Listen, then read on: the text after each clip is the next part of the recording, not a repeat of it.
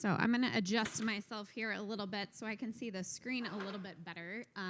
We are going to have a progressive panel for you next. So I will be joined by Dr. Rattan Lal here, where we are going to have a conversation about soil health, do a little introduction for those of you who might not be the most well-versed in this topic, and then we'll be joined by a couple of other panelists to continue the conversation. So Dr. Lal, thank you so much for joining us. Can you hear me? Yes. Excellent. Spectacular. It's so great to have you join us here. We've got our audience here in Austin and our global audience tuning in around the world. So as some of you might know, Dr. Lal is a professor at The Ohio State University and former winner of the World Food Prize for all of his work in soil science. And so he's going to help us with a little bit of a primer in soil health and soil science for those of you who might not be experts. So Dr. Lal, we're going to start with a pretty basic conversation. How is soil health tied to global food security? Oh, thank you very much. I'd like to go back to a term which is an umbrella term called soil quality. Soil quality refers to the capacity of the soil to perform several ecosystem functions. And soil quality can be physical, chemical, ecological, and biological. And it's the biological quality of soil which is called soil health, because the biological quality is determined by activity and species diversity of organism, and its driving force is the soil organic matter content.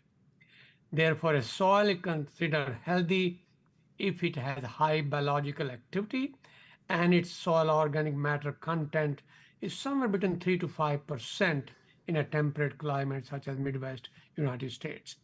Now, the soil health declines rapidly if the soil organic matter content declines, and many soils used by resource-poor farmers and those prone to degradation and extractive farming may have soil organic matter content of less than 0.5%. In that case, the quality and the amount of food produced on degraded soil is adversely affected. And in this regard, human health is strongly dependent upon soil health. Indeed, what we call One Health concept, which states that the health of soil, plants, animal, people, environment, and the planet is one and indivisible. Therefore, if the health of soil goes down, health of everything else goes down with it. So soil health is very important, not only to human well-being, also for nature protection and conservation. I think that's a pretty stark description of why this is so important. Dr. Lal, you mentioned soil degradation and what some of the consequences of that are. How does that happen? If a farmer is farming and all of a sudden realizing that their crops aren't growing the way they used to, what are some of the practices that lead to soil degradation, and how can we mitigate that? Thank you. Soil degradation is caused by land misuse and soil mismanagement. When land is used for purposes which are not appropriate to its quality and its capacity, and when soil management practices do not follow the law of return. And the law of return states that whatever you remove from nature must be returned to the same site in one form or the other. Therefore, if extractive farming practices take things away, like nutrients and other substances mined from the soil, but which are not returned back, then the soil is degraded. Many factors that accelerate the degradation of soil are also related to soil erosion by water and wind, soil structure degradation by heavy compaction and other processes, chemical degradation by misuse of chemicals, acidification, salinization, overuse of plowing, and overuse of chemical and pesticide, which all lead to soil degradation, which eventually translates into human health and well-being. If I may end up with this factor that human are mirror image of the soil they live on. If humans are suffering and desperate and miserable, they pass their suffering and misery to the soil, and unfortunately, the soil reciprocates. And this is a vicious cycle in which it's very easy to get gripped in. And what is the tie between soil health and growing nutritious crops? We talked a little in the last session about the importance of crop diversity and both for nutrition as well as mitigating the impacts of climate change and crop availability. So what's the tie between soil health and climate change? Soil health is managed properly if we adopt complex farming systems.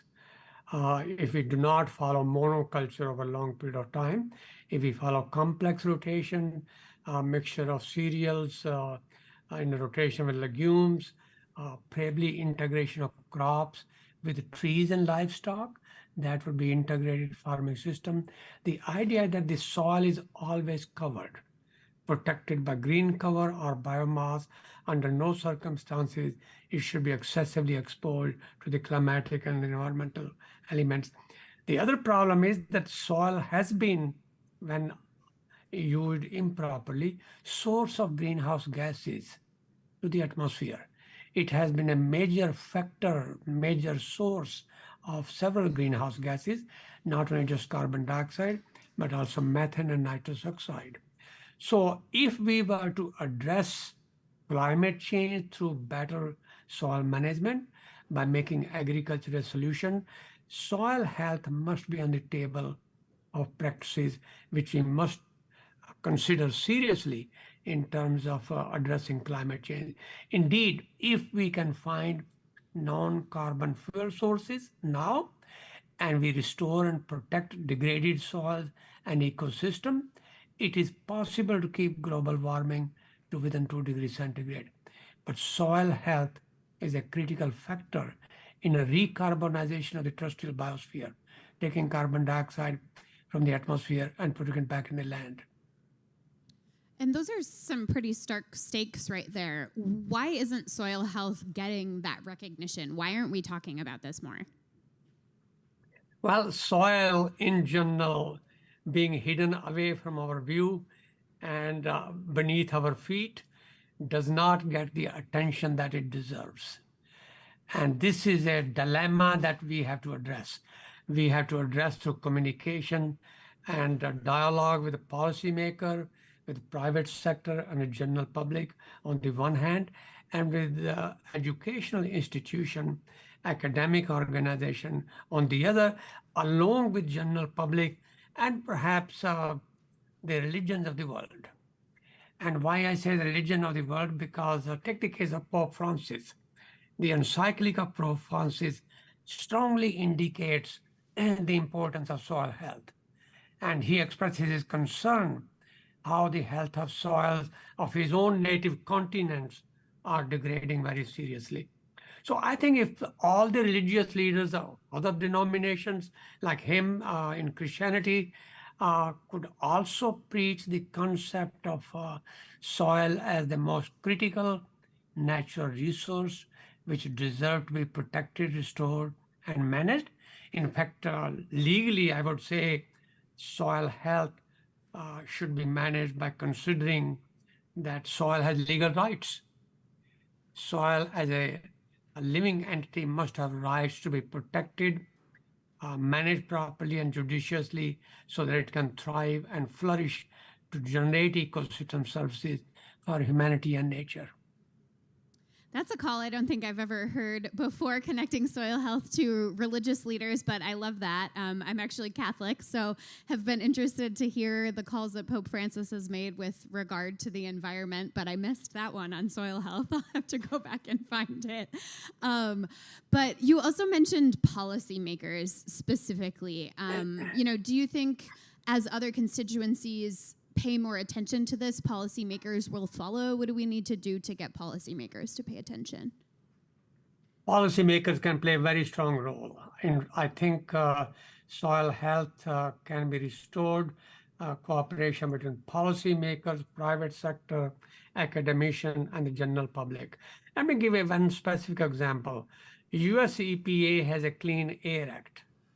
US EPA also have a Clean Water Act. I submit that you cannot have clean water and clean air without healthy soil. Therefore, it is just the right time, the next Farm Bill, that I hope we will have a Healthy Soil Act. Healthy Soil Act does not mean that people will be punished if they ignore and degrade soil, but Healthy Soil Act must have provision to reward farmers, ranchers, and land managers who protect, restore, and enhance soil health. I think this is the right time to have a Healthy Soil Act. That's a great call to our policymakers in the audience and tuning in. Thank you so much, Dr. Lal. We're going to keep you up here, and I will now also be joined virtually by Enock Chikava, who is the Interim Director for Agricultural Development at the Gates Foundation. And then we'll also be joined here on stage by David Guerena, who's a scientist at the International Center for Tropical Agriculture.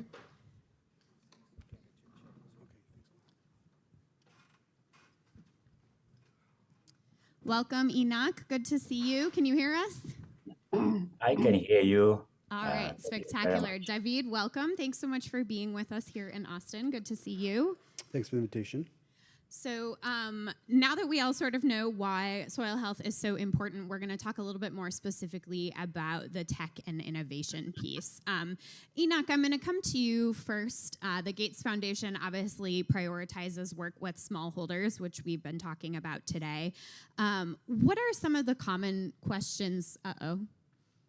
Oop, okay, you're still there. Can you hear me? I can hear you. Okay, sorry, we had a screen cut out here, but it looks like we're still connected. What are some of the common questions that you get from farmers about soil health? How are they thinking about this topic? No, thank you very much again. Thank you, Dr. Law. It was an amazing way of explaining the connection between soil health and human health. So as someone who grew up on the farm, there's something I know personally, growing up in a smallholder farm and also having traveled, let's say, to 38 other African countries. And what I hear all the time is the cost of getting the soil health data. People know that they need to know more about the soil health. They want to do something about it, but it just costs a lot of money. We all know the traditional way is for you to dig some samples from your field, depending on how big it is, and also the differences within your land. It will determine the number of samples that you need to dig. And then you send them. I can give you one quick example here. Let's say you are in Kenya and you're a smallholder farmer and you want to know your soil health data. The traditional way is that you dig your samples, you send them to a laboratory. Most countries don't even have that lab within the country. So we used to send that to the UK.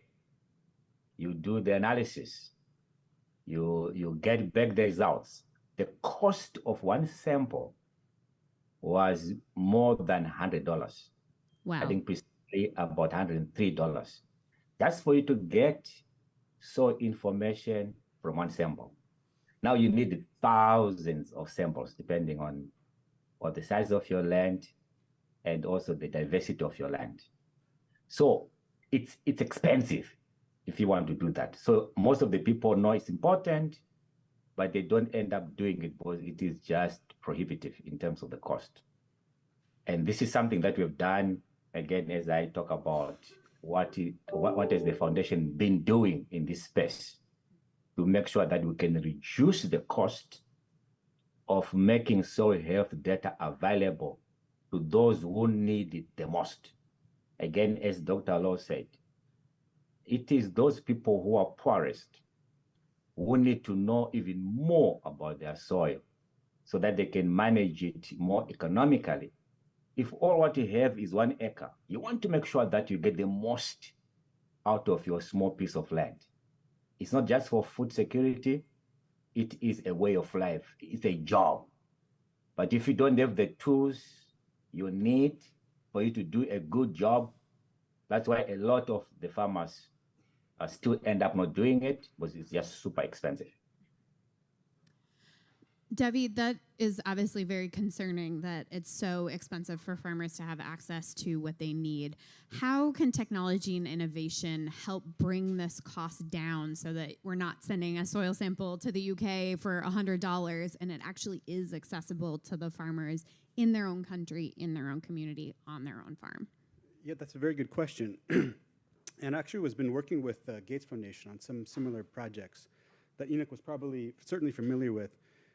So part of the issue in the past has been, in order to get a really high precise value from the soil, you needed very expensive equipment. That's maybe the cost of like $250,000. Oh, wow. Yeah, so it's very difficult, if not impossible, to have those operating in really poor and remote countries.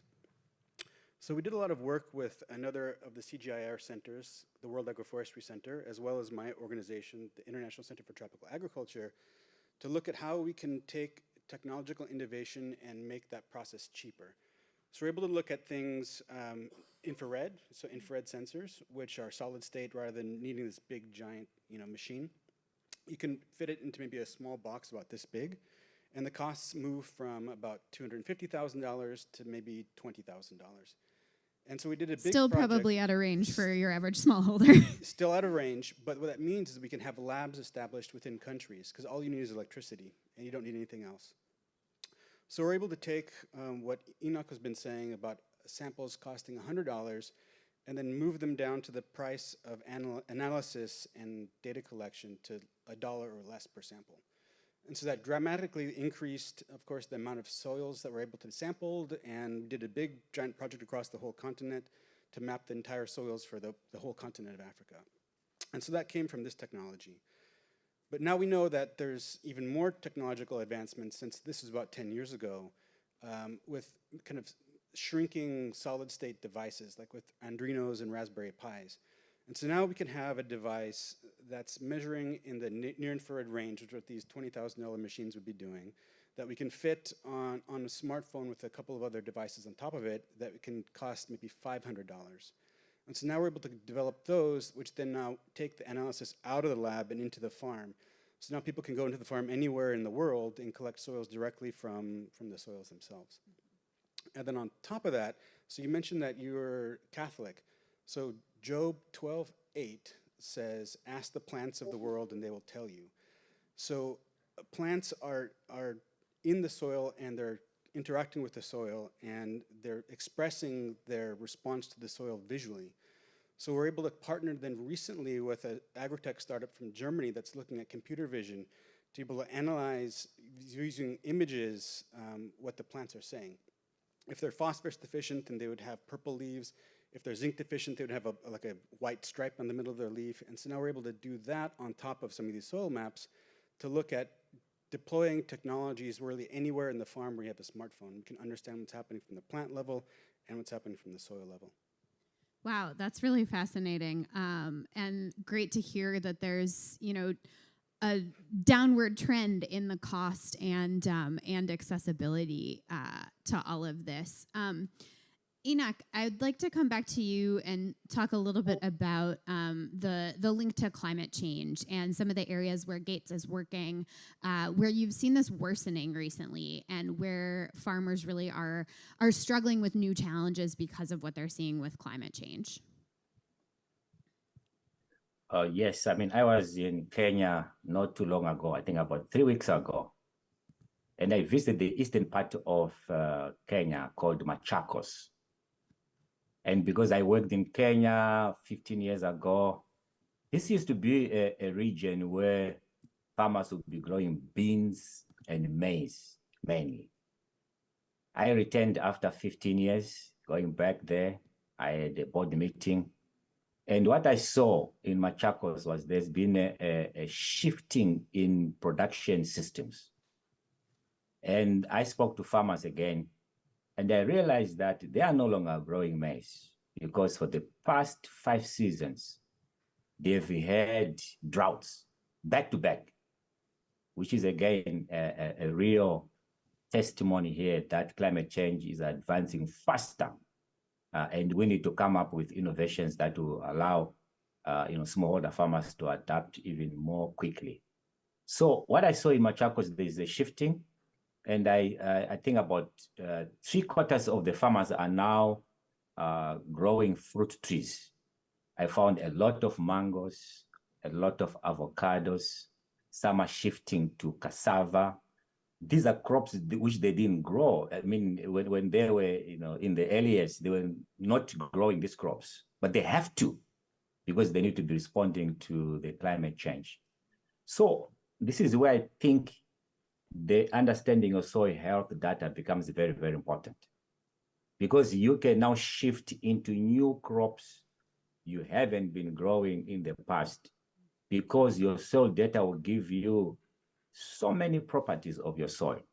I mean, Dr. Lal, was explaining here soil quality, and then even talking about, soil health, which is now the biological properties. And through a lot of the other investments that we have done here with my colleague from SEAT there and with other partners, we invested in what we call the digital soil mapping system, where every country can come up with its own national soil information system that can make available soil health data, looking at the chemical properties, in biological properties, agronomic properties, almost 20 properties. And when you have that, then you have gold. It will help you to make contextual decision in something that we call now decision agriculture. I think if for large-scale farmers, you use precision agriculture, you want to go to the exact planting point and want to maximize. That costs a lot more, but we believe for smallholder farmers, they must have data that will allow them to make contextual decisions. For example, farmers in Machakos now in Eastern Kenya, they've realized that if they're growing maize and it fails every year for 4 years, they are shifting into mangoes. And mangoes is becoming their source of income, which is new. And this is going to happen, I think, in many other places where the production systems will change because of climate change.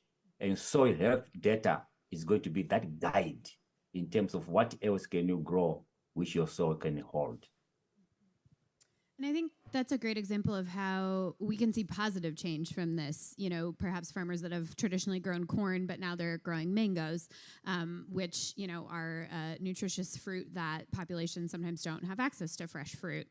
But obviously lots of negative impacts of this as well. If you're in a community and you're used to having a crop that grows and then all of a sudden it's not growing and your soil has degraded so much and you can't grow anything. And for a lot of smallholders, there goes their livelihood.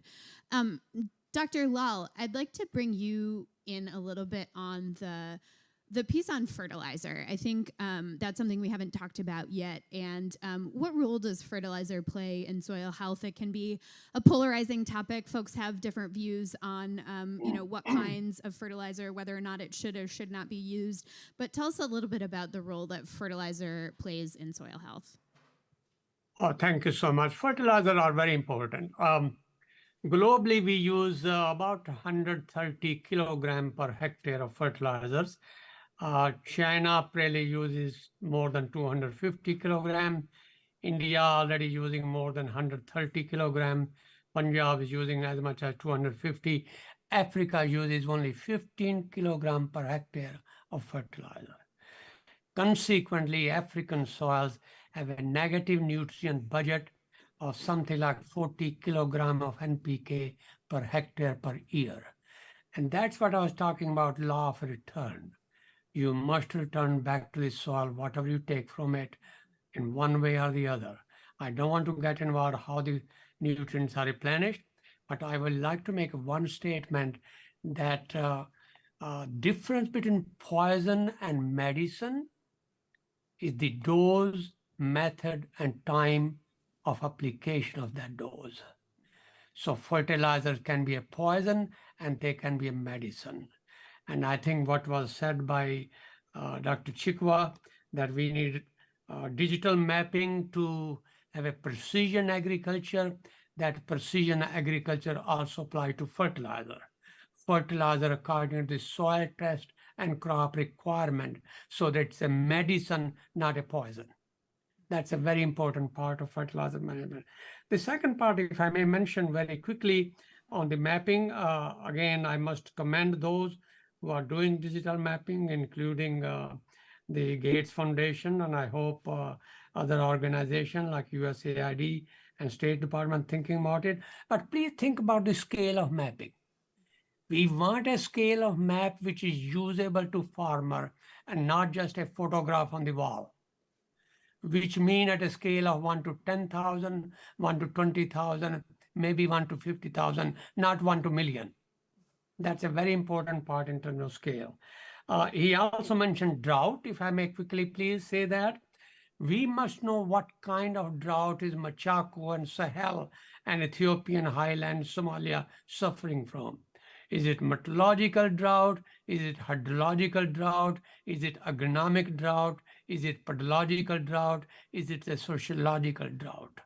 Once we know the kind of drought, and most importantly, Machakos and soils of Africa suffer from pedological drought. Soil have lost their capacity to hold water because they have lost their soil organic matter content to erosion and to extractive farming practices.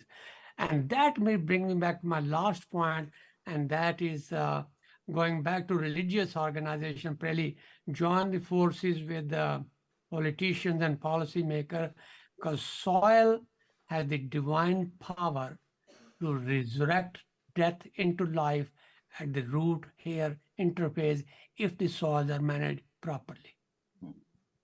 Thank you so much for that. And I loved what you said there about making this data more than a map on the wall. David, what are some of the challenges we face in doing that? You know, perhaps this information really is being gathered at the highest level, but how do you actually get it to the people that need it? Yeah, that's a good question. There's, I think, two approaches. One approach is using sort of the national government and public sector. So an example of that is we're doing a lot of digital soil mapping and soil agritech work in Nepal, in southern Nepal near the border with India. And we're able to produce, in partnership with the government of Nepal, a digital soil map that was something like each pixel was 50 meters by 50 meters. So a very highly spatially representative soil map. And we're able to map out sort of, for example, the zinc concentrations in the soils across this big area, which was the breadbasket of Nepal. And what we're finding, we're collaborating with another partner from Ohio State University who was looking at geonutrition, and was finding that there's a lot of evidence of stunting and wasting of children and pregnant mothers and poor cognitive development that was basically overlapping with the soils that were deficient in zinc, had stunting and wasting values that were really high.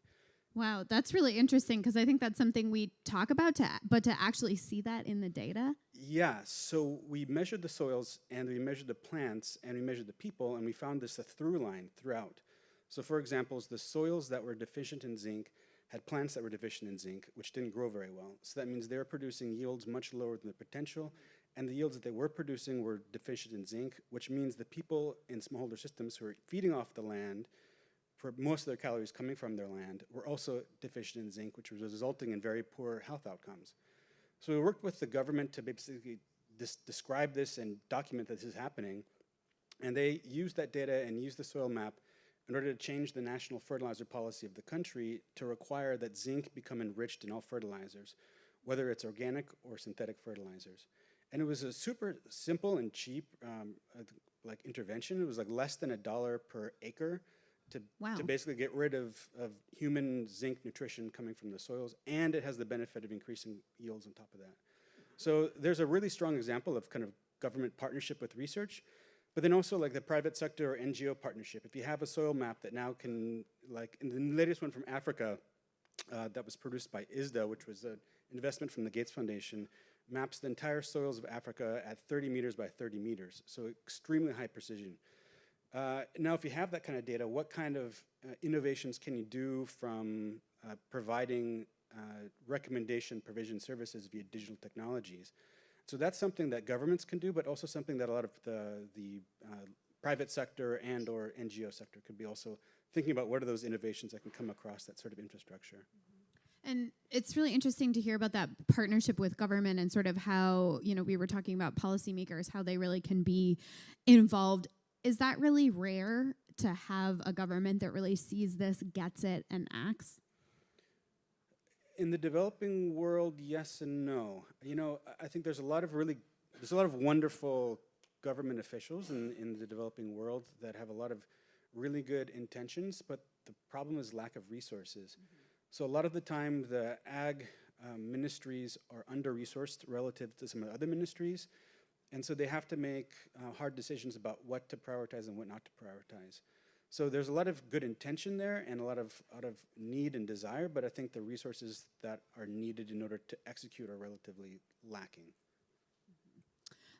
Enock, I'd love to hear from you on that piece about how the funding landscape from countries comes into all of this. Obviously, we have organizations like the Gates Foundation and, other private philanthropies, NGOs that are doing this work. But how much of the slack can you really pick up? And, at what point do we really need governments to come in on this in a meaningful way? Thank you very much. I'm sure there is the innovation piece, which I think we have done a great work through the innovative solutions for precision agriculture, the ISDA soil, which my colleague was talking about, which is now getting to the 30-meter resolution. But at the end of the day, you need the government to be leading the process. And we have seen Ethiopia doing a great job coming up with new fertilizer blends, which are informed by that digital soil map. We have seen Tanzania doing the same thing. We have seen Ghana, we have seen Nigeria. But at the end of the day, we think every country, at minimum, they should have a national soil information system. Here's my own thinking here. If we were to migrate to another planet and start agriculture there, I am so convinced that we will start by understanding the soils deeply before we make mistakes in another planet, exactly as Dr. Law was talking about. The impoverishment of the soil is a reflection of how poorly we've managed a resource given to us. However, since we are not moving to another continent, let's start from where we are. So most of you would know that in 2006, the Africa Union convened a summit because they were concerned about, soil fertility in general. And then they came up with some resolutions, which included you need to be putting at least 50 kg of fertilizer. And we know that is now 15 years, more than 15 years ago. And as Dr. Law said, the average is still 15. They wanted 50, they got 15. But in my view, if they didn't do this, because at that time the average was 8 kg. So you can say they moved from 8 to 15 because it was a continental really resolution. Some countries have really moved forward. Now we have an amazing opportunity in July. I think it's 19th to the 21st of July in Senegal, Dakar. They are holding now another summit.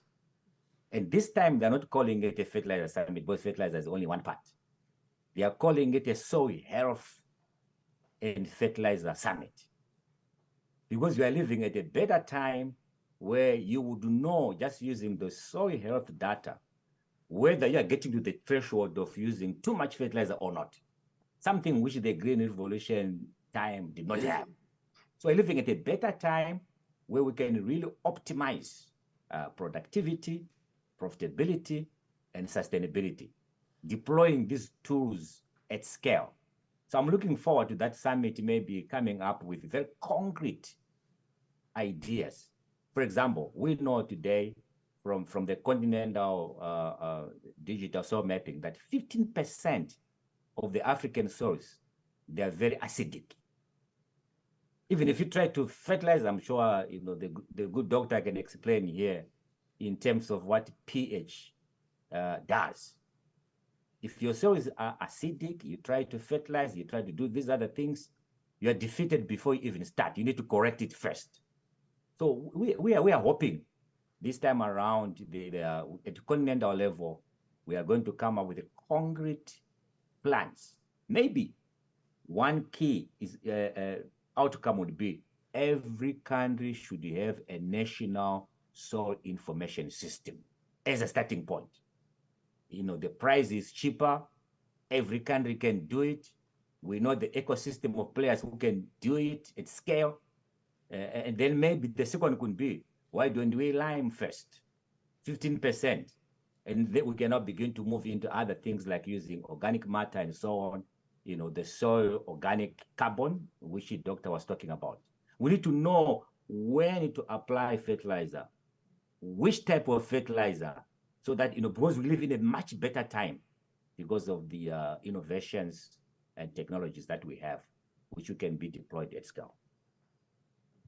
Those are some really concrete calls to action for that summit that's happening this summer. David, as we close out here, I'd love to hear any that you might have. What would you like to see happening on the international stage at such an event?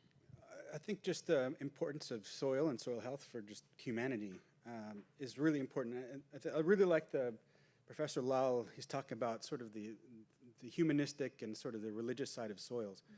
So, you know, just some examples. Adam and Eve, right? The first two people, you know, in the biblical tradition on the world. Adam in Hebrew translated as Adama, which means soil, and Eve is a Hava, which means life. And so the first two people in the world were soil and life. And if you think about the word human being, humanity, it shares the same linguistic origin as humus, which is the black fertile layer of the soil. And then in the sort of the Indo-Gangetic traditions, there's the Panch Tattva, which is the 5 essential elements of the universe. And then one of them is soil, right? So like tied into humanity's existence is the soil. So I think understanding that it's really, really important from a human being's perspective and a global kind of community's perspective is going to be really important. Well, I bet you all didn't think you were going to be getting a little religious studies crash course today in this panel on soil health. But thank you so much. It's been so interesting to hear from all of you on this. I hope everyone here learned something today about the importance of soil health. So please join me in thanking David and Enock and Dr. Lal.